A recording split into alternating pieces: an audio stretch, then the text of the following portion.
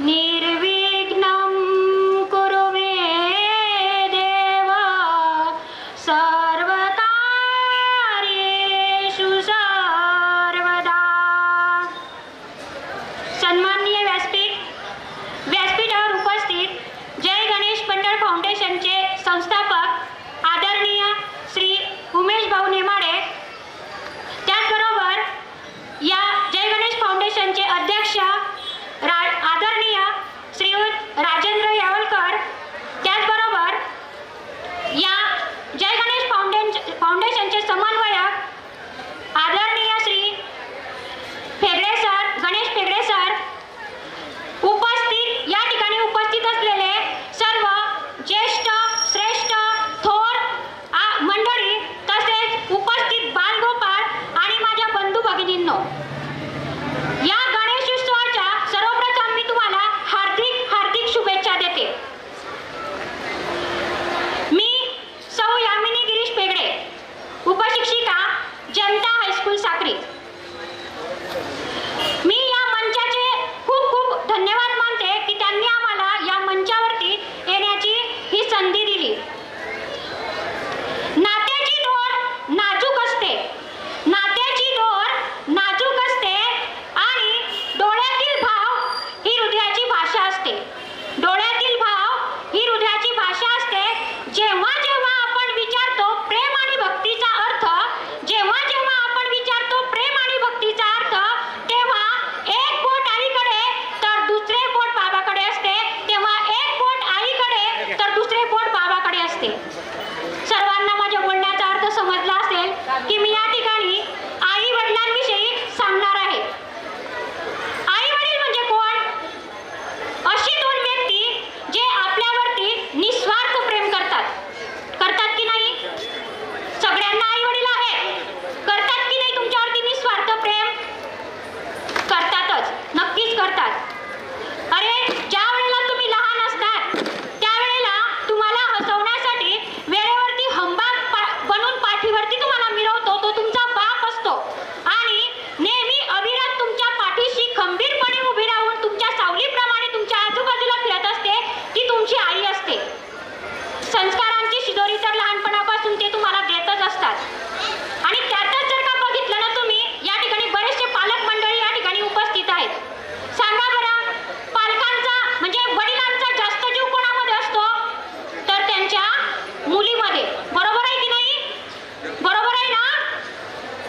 तर खरंच वडिलांचा जास्त जीव त्यांच्या मुलीमध्ये असतो आणि मुलीलाही वडिलांबद्दल आदर असतो। बरोबर आहे ना? पण ज्या वेळेला ह्या मुली मोठ्या होतात ना, त्यावेळेला त्यांच्या प्रेमाला या डंक मारून जातात। त्यावेळेला मात्र तो बाप जो असतो तो खरोखरच जिवंतपणे मरण यातना भोगतो। ज्या बापानं उभं आयुष्य मुलींसाठी खर्ची केली, ज्या बापानं उभं आयुष्य मुलींसाठी खर्ची केली आणि ती काल परवा भेटलेल्या साथीदारासाठी सैराटची अर्ची झाली, आणि ती काल परवा भेटलेल्या साथीदारासाठी सैराटची अर्ची झाली, खरंच खूप वाईट वाटतं असं ऐकून। ज्या मुलीला आपण लहानपणापासून जीवापाड प्रेम केलं, वाढवलं, संस्कारांनी घडवलं, त्या मुली आपल्याला काहीही न सांगताना घरातून निघून जातात। त्यांच्या डोळ्यासमोर आई वडील येत नाही, त्यावेळेला का येत नाही? अरे ज्या आई वडिलांनी तुम्ही तुमच्या जन्माच्या आधीपासून म्हणजे तुमच्या आईच्या पोटामध्ये तुम्ही अंकुर स्वरूपामध्ये होतात तेव्हापासून तुम्हाला जपलं, तुमच्यावरती प्रेम केलं, तुमची काळजी घेतली, त्या आई वडिलांना तुम्ही क्षणात वर्ग करून टाकतात का? तर त्या मुलाच्या प्रेमापायी, जो अनोळखी आहे त्या मुलाच्या प्रेमापायी तुम्ही त्यांना वर्ग करून टाकतात। अहो, नुसती तुम्हाला थोडीशी ठेच जरी लागली ना, नुसती ठेच जरी लागली तरी त्यांच्या डोळ्यामध्ये पाणी येतं। अशा आई वडिलांबद्दल तुम्ही यांच्यापासून आम्हाला धोका आहे असं पोलीस स्टेशनला जाऊन सांगतात। काय वाटत असेल? काय वाटत असेल त्या आई वडिलांना? अहो, ही खूप शोकांतिका आहे आणि असं घडतंय समाजामध्ये। समाजात पुढे माझं तोंड काळं केलंस, समाजापुढं माझं तोंड काळं केलंस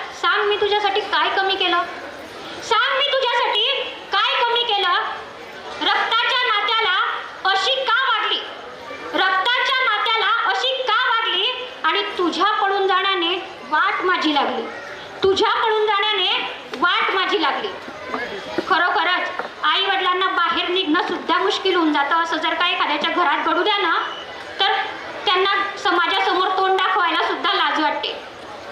मी तर असं म्हणेल की आज ज्ञानाबरोबर आहे ना, प्रबोधनाची गरज आहे समाजाला. कारण काय, तर मुलींना हे कळत नाही की आपलं एक चुकीचं पाऊल आपलं सारं आयुष्य उद्ध्वस्त करू शकतं. आपलं एक चुकीचं पाऊल आपलं सारं आयुष्य उद्ध्वस्त करू शकतं. आणि म्हणूनच हा केलेला 8 तास मी स्वतः स्वरचित केलेली नाटिका तुमच्या समोर घेऊन येते आहे. जे चित्र मला समाजासमोर दिसलंय ना, तेच मी या लेखणीतून मांडण्याचा प्रयत्न केलाय. या नाटिकेतून मला कोणाच्याही भावना दुखवायच्या नाही किंवा कोणत्या घटनेशी किंवा व्यक्तीशी याचा काहीही संबंध नाही. जे दिसलं ते मी लिहिण्याचा प्रयत्न केला. आणि अजून एक सांगते की लिहिलं, पण मी आमच्या ज्या कलाकार आहेत त्या पण खेड्यातल्याच आहेत आणि आपण सुद्धा जास्त मोठ्या शहरात नाही राहत. त्यामुळे मी जे लेखन केलेलं आहे ना, ते अगदी सामान्य भाषेमध्ये केलेलं आहे. त्यामुळे काही चुकी झाली असेल तर मोठ्या मनाने क्षमा करा. आणि त्यातून मला जो भावार्थ तुमच्यापर्यंत या तरुण मुलींपर्यंत पोहोचवायचा आहे ते समजून घ्या.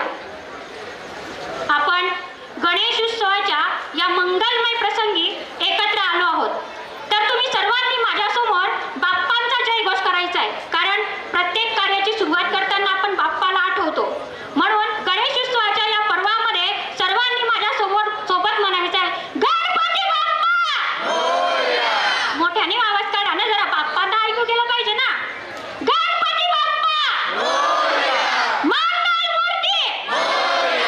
तर आपल्यासमोर जनता हायस्कूल साक्री, तालुका भुसावळ सहर्ष सादर करीत आहेत नाटिका पळून जाणाऱ्या मुलीची कथा, बापाची व्यथा. पळून जाणाऱ्या मुलीची कथा, बापाची व्यथा. धन्यवाद.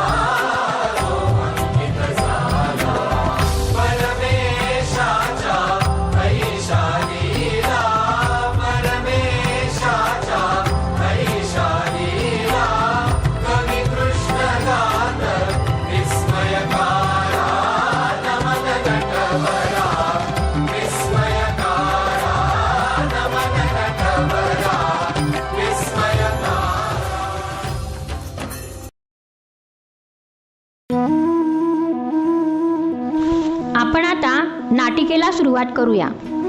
एका गावात श्रीपत पाटील व त्यांची पत्नी रखमा यांची अनु म्हणजेच अवनी ही एकुलती एक मुलगी. अनुचा या दोघांना फार अभिमान होता. तसा अनुचाही आपल्या आईवडिलांवर फार जीव होता. अनु एक हुशार आणि होतकरू मुलगी होती. अनुचे 10वी पर्यंतचे शिक्षण गावातच झाले. अनुने 10वीच्या परीक्षेत घवघवीत यश मिळवले होते. त्यामुळे आई वडिलांना तिचा फार अभिमान वाटे. करता दुःख हरता वार्ता विघ्नाची पूर्वी पूर्वी प्रेम कृपा जयाची सर्वांगी सुंदर उटी शेंदुराची कंठी जळके माळ मुक्ता फळांची जय देव जय देव जय देव जय देव जय मंगल मूर्ती दर्शन मात्रे मन कामना पूर्ती जय देव जय देव जय देव जय देव जय मंगल मूर्ती दर्शन मात्रे मन कामना पूर्ती जय देव जय देव रत्न खचित फरा तुझ गौरी कुमरा चंदनाची उठी कुमकुम केशरा हिरे जडित मुकुट शोभा तो बरा ऋण सुडती नूपुरे चरणी घागरिया जय देव जय देव जय देव जय देव जय मंगल मूर्ती दर्शन मात्रे मन कामना पूर्ती जय देव जय देव जय देव जय देव जय मंगल मूर्ती दर्शन मात्रे मन कामना पूर्ती जय देव जय देव लंबोदर पीतांबर फणीवर बंधना सरळ सुंड वक्रतुंड त्रिनयना दासरामाचा वाटपा हे सदना संकटी पावावे निर्वाणी रक्षावे सुरवर वंदना जय देव जय देव जय देव जय देव जय मंगल मूर्ती दर्शन मात्रे मन कामना पूर्ती जय देव जय देव जय देव जय देव जय मंगल मूर्ती दर्शन मात्रे मन कामना पूर्ती जय देव जय देव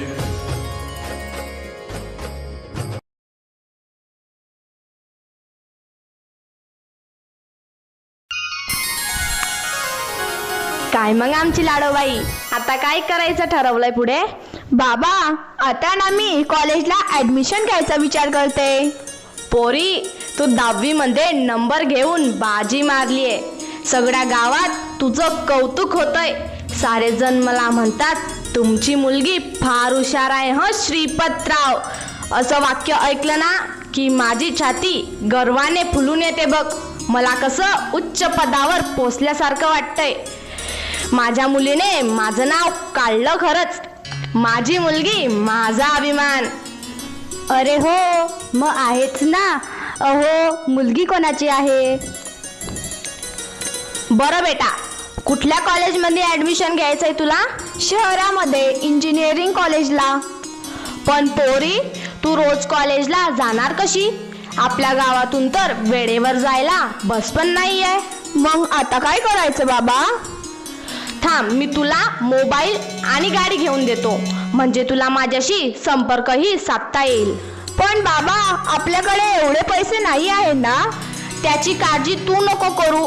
तू तुझ्या अभ्यासाकडे लक्ष दे. हो, चालेल बाबा. अगं रखमा, ऐकतेस का? हो हो. अगं, ते तुझं मंगळसूत्र आहे ना, ते आपण मोडू आणि मुलीसाठी गाडी घेऊया. अहो, पण ते माझं मंगळसूत्र आहे ना. मी एवढा धट्टा कट्टा तुझ्या समोर उभा आहे ना, मग काय काम त्या मंगळसूत्राचं? आणते. मुलीचं शिक्षण महत्वाचं की तुझं मंगळसूत्र? बरं, आणते मी. घ्या. अनु, ए बाळा, हे घे गाडीची चाबी आणि हा घे मोबाईल. बाबा, थँक्यू बाबा. माय बेस्ट बाबा.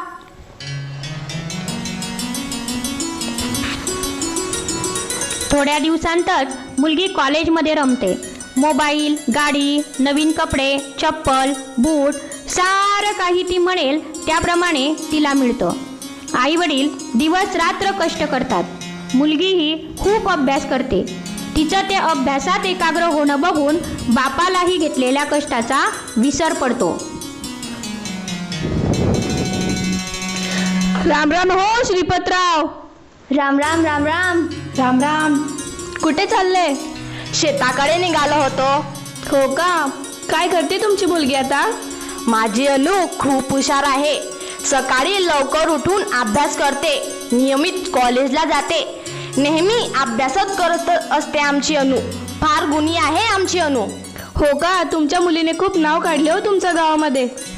हो हो, खरंच तुमची मुलगी खूप हुशार आहे. तुमची मुलगी कोणतं शिक्षण करते हो? माझी लेक आता इंजिनियरचा अभ्यास करते. थोड्या दिवसातच अनुचं इंजिनिअरिंग पूर्ण होतं.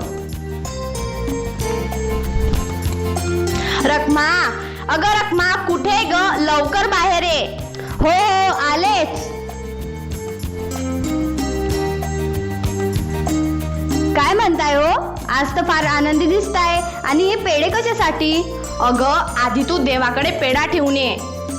हो हो आलेच मी.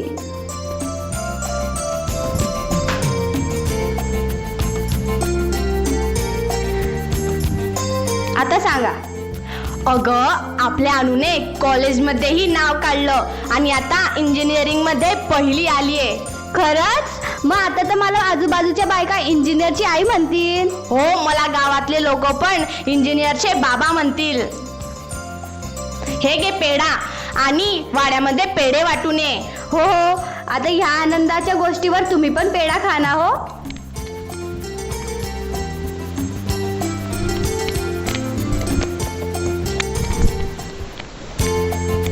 ताई पेढे घ्या हो, पेढे घ्या. अहो ताई, बसा ना खाली. कशाबद्दल पेढे वाटताय हो? अहो ताई, आमच्या अनुने ना इंजिनिअरिंग मध्ये नंबर काढलाय. किती टक्के मिळाले तिला? तिला 90% मिळाले. हो, तुमची अनु खूप हुशार आहे. मी असं ऐकलं तुम्ही तिला मोबाईल आणि गाडी घेऊन दिली. इतकं पण स्वातंत्र्य नको द्या हो तिला. अहो आमच्या अनुवर ना पुरा भरोसा आहे. आमची अनु काही तशी नाही. ओहो, तसं म्हणणं नाही आमचं. मुलींचं आहे ना कसं वेगळंच असतं बाई.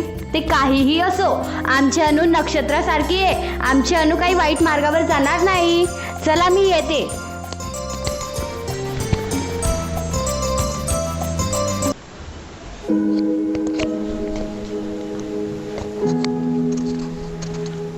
अनु आता शहरामध्ये चांगल्या कंपनीमध्ये नोकरी करायला लागली आहे.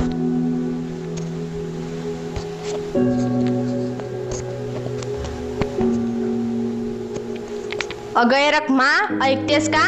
आले आले.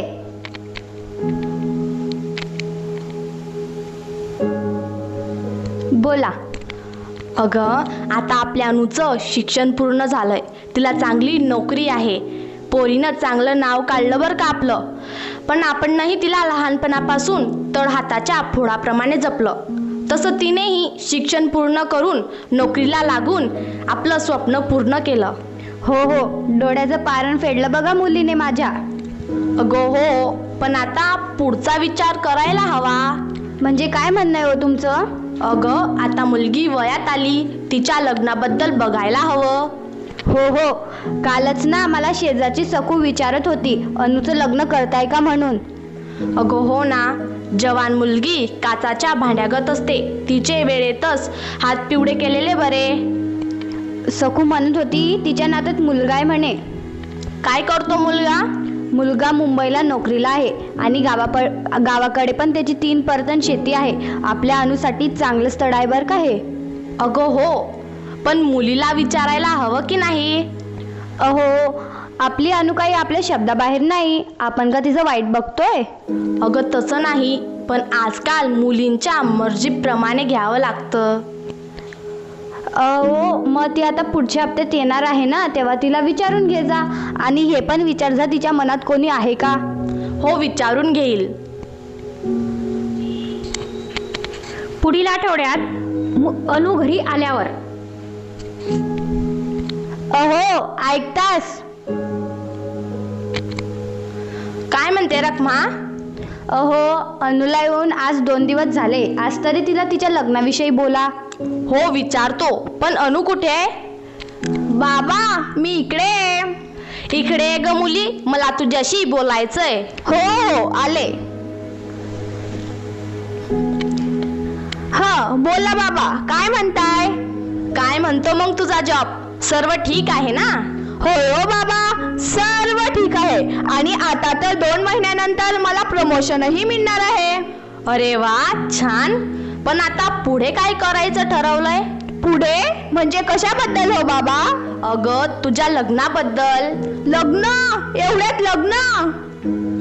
अगं तसं नाही, पण आता तुला तुझं शिक्षण पूर्ण झालंय, मग आम्ही म्हटलं तुला चांगलं स्थळ बघावं आणि तुझं लग्न लावून द्यावं, म्हणजे आम्ही आमच्या जबाबदारीतून मोकळे. बाबा, मला एवढ्या लवकर लग्न नाही करायचं. आणि तुम्हाला काय हवं, मला पाठवायची एवढी घाई आली आहे? नाही म्हणजे काय बेटा, अगं काही गोष्टी वेळेतच केलेल्या बऱ्या. पण मला सांग, तुझ्या आयुष्यात तुझ्या ओळखीत कोणी आहे का? छेओ बाबा, तुम्ही असं काय म्हणताय? नाही ना तसं काही. मग आम्ही बघू तुझ्यासाठी स्थळ. चालेल ना तुला? हो चालेल बाबा. काही दिवसांनंतर मुलीला चांगलं स्थळ मिळतं. मुलगी बघण्याचा, पसंतीचा, साखरपुड्याचा कार्यक्रमही आनंदात पार पडतो आणि लग्नाघरी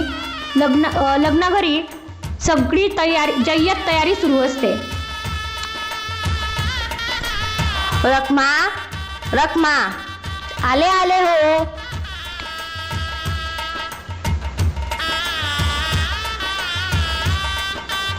अगं सर्व तयारी झाली ना? हो सर्व अगदी आनंदात होते. सर्व गोड पदार्थ पण बनवून झाले. लाडू, शेव, करंज्या सर्व अगदी व्यवस्थित होते हो. आणि मी ना सर्व पाहुण्यांना पण 2 दिवस अगोदरच बोलवून घेतलंय लग्नासाठी. अगं बघून घे, काही राहिलं तर नाही ना? मी माझी जमीन विकून टाकली, पण तरीही मला आनंद आहे. माझ्या अनुच्या लग्नात काहीच कमतरता राहायला नको. अनुला सर्व दागदागिने घेऊन झाले. आता तिला काही हवंय का ते विचारून घे. हो, अनुने सर्व दागदागिने तिच्या मनासारखेच घेतले. कपडे, दागिने सर्व तिच्या मनासारखंच होते हो. सर्व झालंय. 4 दिवसानंतर आपली मुलगी सासरी जाणार. घर कसं खायला उठणार. 2 दिवस सुद्धा आली आपली मुलगी की घर कसं गजबजलेलं वाटायचं. हो ना, मला तर आतापासूनच हुरहुरलेलं वाटतंय. जाऊ दे, जास्त मनाला नको लावून घेऊ. आपण ना आपल्या अनुसाठी चांगलं स्थळ बघितलंय. मुलगाही समजदार आहे. घरच्या मंडळीचाही स्वभाव छान आहे. आपल्या अनुची घेतील ते काळजी. चल, मला काहीतरी पुष्कळ काम आहे. पण अनु कुठे आहे? अरे हो, अनु मला सकाळी बोलली होती मी मार्केटला जाऊन येते म्हणून. सकाळी? आता तर 4 वाजले. 4 वाजले? अरे हो, या लग्नाच्या गोंधळात तर मला कळालंच नाही. अनु म्हणे की मी लगेच येऊन जाईन. थांब, मी फोन लावून बघतो. आपण ह्या नंबरवर संपर्क करण्यास प्रयत्न करत आहात तो यावेळी संपर्क क्षेत्रामध्ये नाही किंवा बंद आहे. कृपया थोड्या वेळानंतर प्रयत्न करा. अगं, फोन तर बंद येतोय. बंद आहे? मग कुठे गेली ही मुलगी? कोणाला घेऊन गेली होती ती? ती कोणालाच नाही घेऊन गेली. ती म्हणे बाहेर खूप ऊन आहे, मी रिक्षात जाईल. तर ती गाडी पण नाही घेऊन गेली. थांब, मी बाहेर बघून येतो.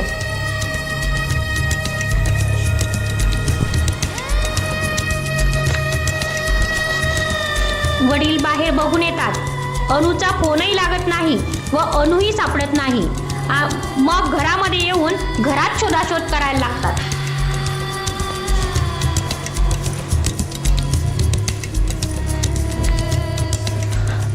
थांब, तिच्या रूममध्ये बघून येतो.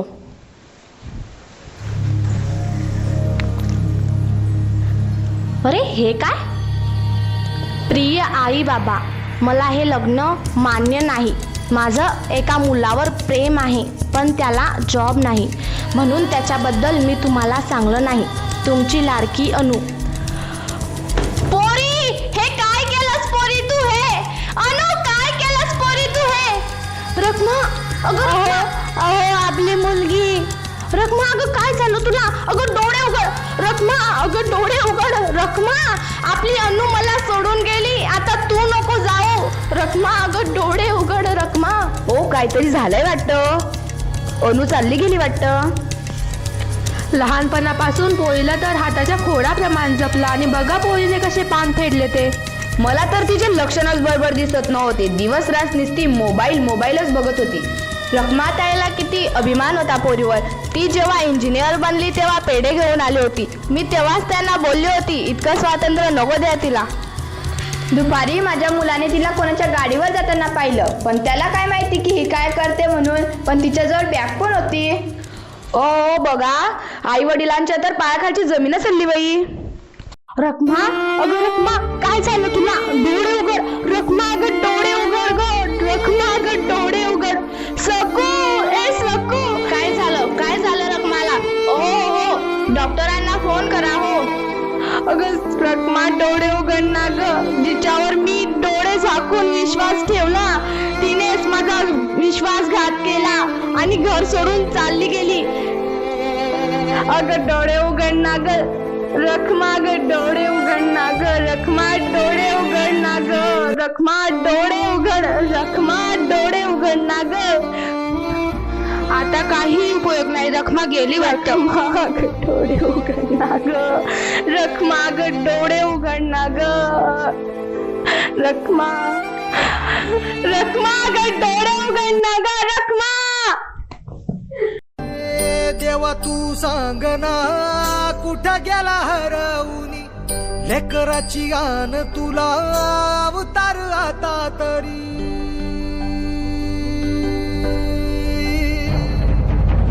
देवा तू सांग ना कुठं गेला हरवूनी लेकराची गान तुला अवतार आता तरी. अंधारल्या दाही दिशान बेजारल मन उर जळून निघाल बघ कर पाल मन. आता तरी बघ देवा बऱ्यात मी उभारली तर तुझ्या दावण्याला माझा काय र तुझा.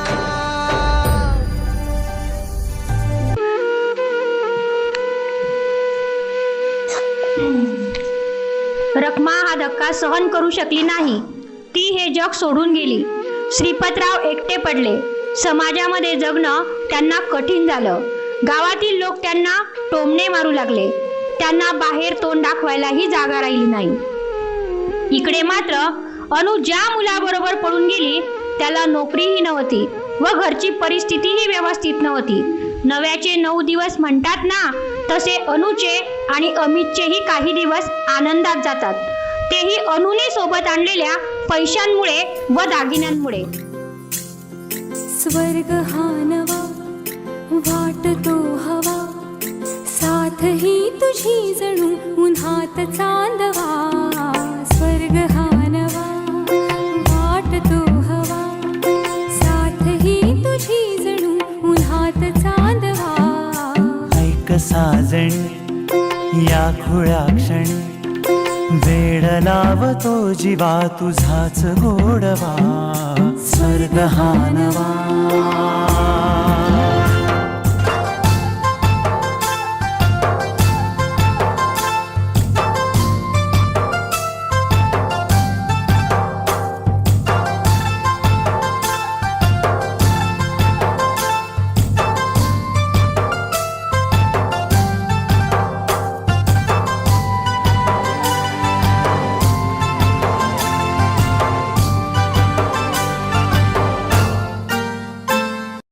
नंतर मात्र काय होतं ते बघा.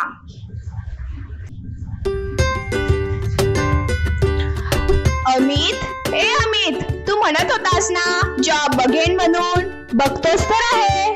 कुठे बघतोय? मी ऑफिसला जाते तेव्हा घरातच बसून असतो. म्हणजे तुला काय म्हणायचंय?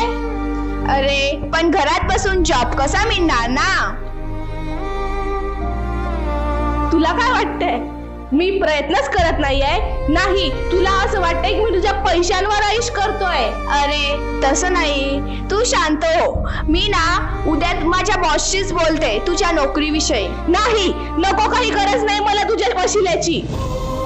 अरे तू असा कसा म्हणतो? तू शांत हो, आपण या विषयावर संध्याकाळी बोलू.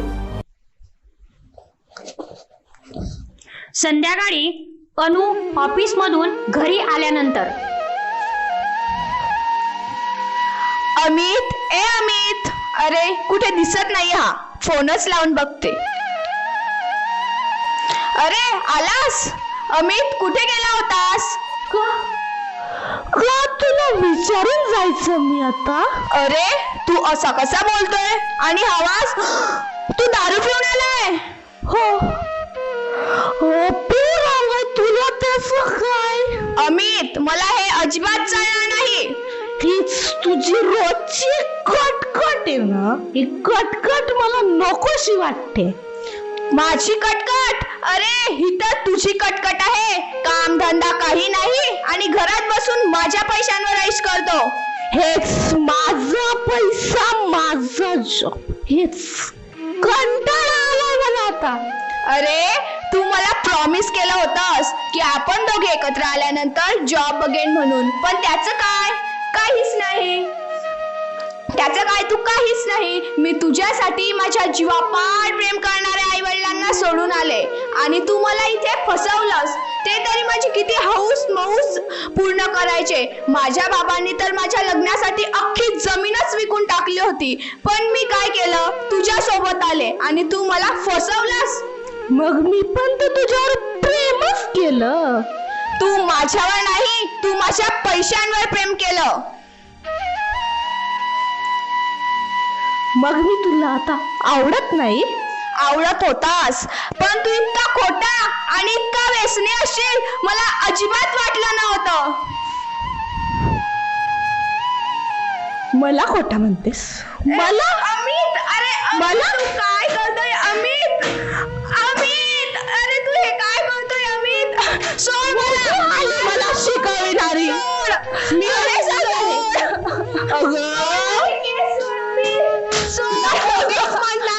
मारू नको. तुझे आई वडील नाही.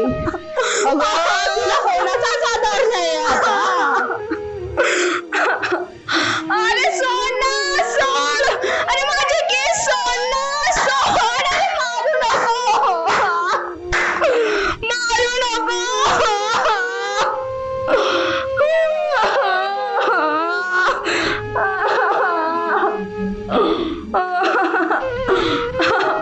तुझे पैसे दे मला. पैसे नाही, पैसे माझे नाही. पैसे माझे, माझे पैसे नको घेऊ. पैसे नको, पैसे नको घेऊ माझे. बस बोमलत. मी हे काय केलं? मी ही खूप मोठी चूक केली. मी असं करायला नको होतं. माझे आई वडील तरी किती चांगले होते, पण मी काय केलंय? मी त्यांनाही फसवलं आणि मी पण फसले. मी असं करायला नको होतं. माझे आई वडील खूप चांगले आहेत. ते घेतील का मला घरात? मी उद्या जाऊन बघू का? पण नाही घेतलं तर? नाही, ते खूप चांगले, ते घेतील मला घरात. मी उद्या जाऊनच बघते. दुसऱ्या दिवशी अनु तिच्या वडिलांकडे जाते.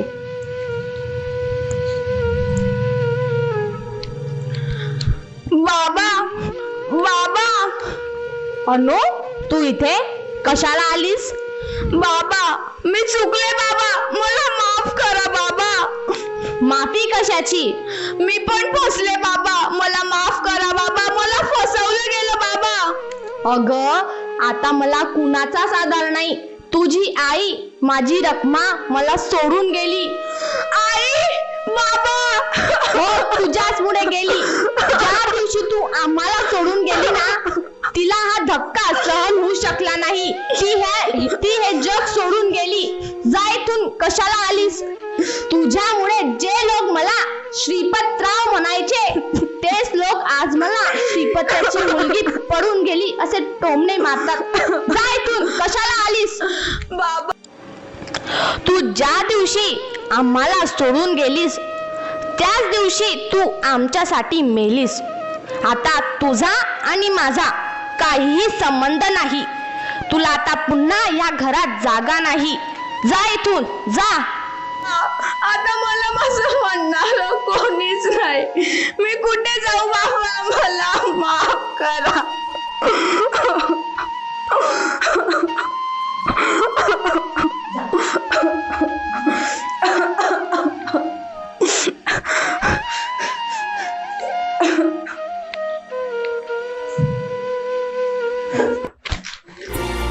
दाटला अंधार काळोखी,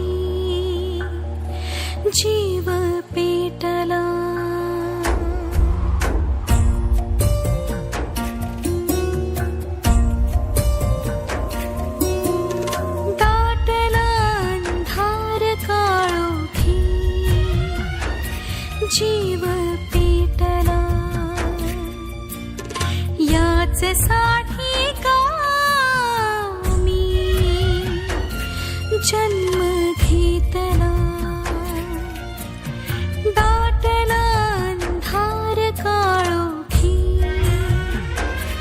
जीव पेटला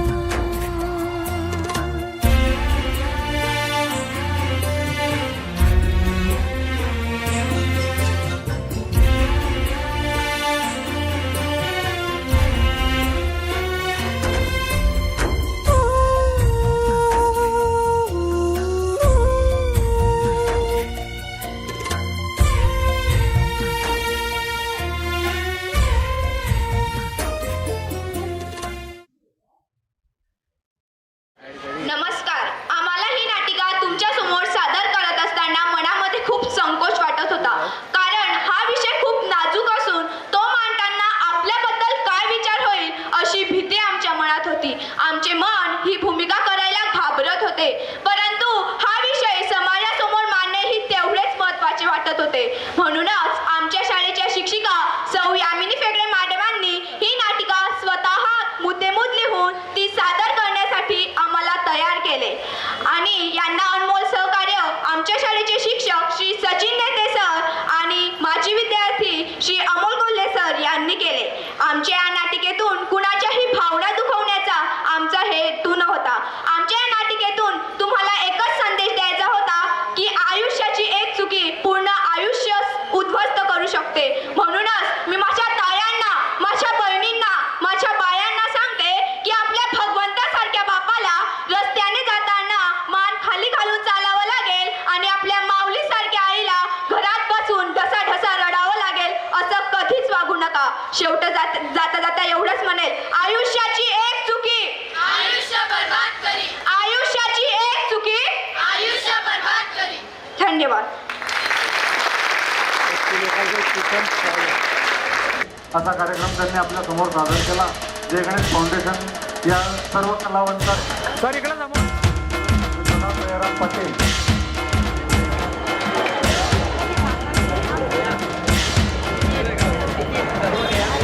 यानंतर या बाल कलाकारांचं नाटिका तुम्हाला कशी वाटली?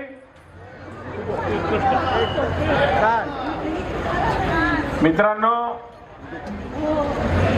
अतिशय मन भरून येतं अशा पद्धतीचा हा ड्रामा झाला. तुम्ही तिकडे जा ना. पण ही सत्य घटना आहे. आम्ही ज्या वेळेला सार्वजनिक जीवनात काम करतो अशा अनेक घटना आमच्या नजरेतून जातात की ज्या मुलीला आई वडील जन्म देतात, त्यानंतर ती मोठी होते, तिचे लाड पुरवले जातात, परंतु ती एक दिवस असा येतो की त्या पोलीस स्टेशन मध्ये ती तिच्या आई वडिलांना परक समजते आणि तिथे त्यांना कुठलाही भाव देत नाही. अशा मी एक नाही 10 गोष्टींना सामोरं गेलो आहे. अनेक समाजाच्या अनेक विषयामध्ये आम्ही हात घालत असताना अनेक आई वडिलांना सहकार्य करतानाचे हे असे प्रसंग आम्ही स्वतः पाहिले. परंतु या बाल कलाकारांनी जे ग्रामीण भागात आपल्या भुसावळ शहरापासून 10-12 किलोमीटरवर जे साक्री गाव आहे, त्या गावातल्या जनता हायस्कूलमधील हे विद्यार्थी यांनी ह्या ठिकाणी यामिनी फेगडे मॅडमच्या मार्गदर्शनात ही नाटिका सादर केली. अतिशय काळजाला चे ठोके हे त्या ठिकाणी आपले वाढत होते, कारण ही आजची सत्य परिस्थिती आहे. एक बाप जो घर भरलेलं असतं, त्या मुलीला जी मुलगी घराची धनाची पेटी म्हणतो, ती मुलगी दुसऱ्या परक्या मुलासोबत जाऊन त्या बापाचं पूर्ण भरलेलं घर खाली करते. तिच्या आईचं मंगळसूत्र जातं, तिच्या वडिलांची शेती जाते. आई देवाला स्वर्गवासी होते आणि त्या मुलीच्या हातात काय येतं तर शेवटी त्या मुलीची हालअपेष्टा अशी असते. अशा पद्धतीची ही नाटिका, ही फार चांगली नाटिका या ठिकाणी सादर केली. मी सर्व कलाकारांचे आणि यामिनी फेगडे मॅडमचे जय गणेश फाउंडेशनच्या वतीने मनपूर्वक आभार मानतो. आणि आपण हा प्रयोग हा प्रत्येक गावोगावी झाला पाहिजे अशा पद्धतीची तयारी करा. जय गणेश फाउंडेशन सातत्याने तुमच्या पाठीशी आहे. ही या ठिकाणी तुम्हा सर्वांना मी अभिनंदनपर आश्वासन देतो. तुम्ही गावोगावी याचा प्रचार प्रसार करा. ही फार काळाची गरज आहे. तुमचं मनपूर्वक अभिनंदन. धन्यवाद. जय हिंद. जय गणेश.